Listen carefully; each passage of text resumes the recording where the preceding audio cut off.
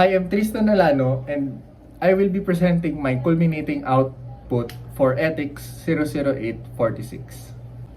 So the three topics that I chose to reflect on is first, stages of moral development, second is factors of moral development, and third is cultural relativism. So I will be answering the guide questions that are provided. Also, I will do an overall reflection for the topics chosen. So, due to time constraints, I will be answering the questions and reflections for the first two topics, factors and stages moral development altogether. So, how did the topics, factors and stages of moral development help me in understanding life? So the topics helped me by actually developing and classifying my own moral values. It helped me know what stage of moral development I am currently for my age and for my time. Overall in life, the topics helped me understand life by reminiscing about the situations that I have been on my past. Situations that my emotions and my morality were tested. It helped me understand that, especially at a young age, I affect people and vice versa. People affect me. Our moral development affects one another in every actions that we make.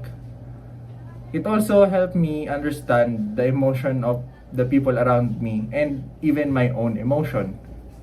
That they might still be at the first stages of moral development, that their morality is not maturely developed, or that there are a lot of factors affecting the way they think or their morality itself, that they might be acting on a certain way that I do not understand. So, how did the topics, factors, and stages of moral development change my perspective? So, the topic changed my perspective in life by the way I think on different situations. I now observe people more on the way they think and the way they act on me and other people. I became more worried about certain little things. I now understand that their families, their friends and groups, the people I know, that they affect the different ways. So I became more careful with my words and actions when I listen to them, when I give advice, if ever I am needed.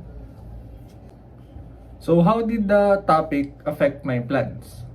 So I really don't have a lot of plans in my life, but I can say that the topics surely changed my plans on how I am supposed to act on different places, different people, and different situations. Overall, I think that every one of us has our own pace and our own path, and that some people will go through all the stages of moral development. Some people will get stuck at some stages, and some people will skip the stages depending on their life, depending on their circumstances, and depending on the factors that are affecting their moral development.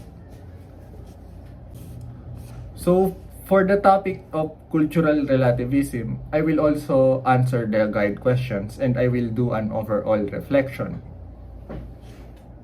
So, how did cultural relativism help me in understanding life? Cultural relativism helped me understand, of course, our differences and our similarities as a human race, and that we humans have a very diverse set of cultures. As a kid, I too used to silently judge people that look different from how I look. But with cultural relativism, it opened my mind and eyes that it is normal and natural to look different from how I look, because everyone does not get to choose how they look when they are born, and that there are different races, tribes, and cultures that I should be aware of. So, how did the topic of cultural relativism change my perspective? So, it changed my perspective by seeing everyone as normal and equal. That no culture may be judged or maybe perceived as wrong just because I say it is. Because I now have a perspective where every culture has its deep roots and meaning. I now have the perspective of that. And that I don't know all of them, all of the cultures. So I should just respect different cultures. And of course, that doesn't change the fact that I still have my own moral values and that my moral values may differ from other cultures. So how did the topic affect my plans? Topic of cultural relativism. So like I said, I don't really have a lot of plans in my life. I prefer to do things unplanned or not too planned. But cultural relativism piqued my interest on the diverse cultures of the world. And I hope to discover and visit different cultures later in my life, as discovering the wonders in life is one of the best purposes of the human race. So overall, cultural relativism tells us that being different from one another is the most natural thing. And that just because we are different, it does not give us the right to fear or the right to judge other cultures.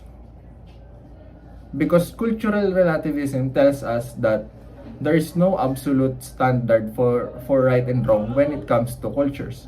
And that cultural relativism reflects our own moral values.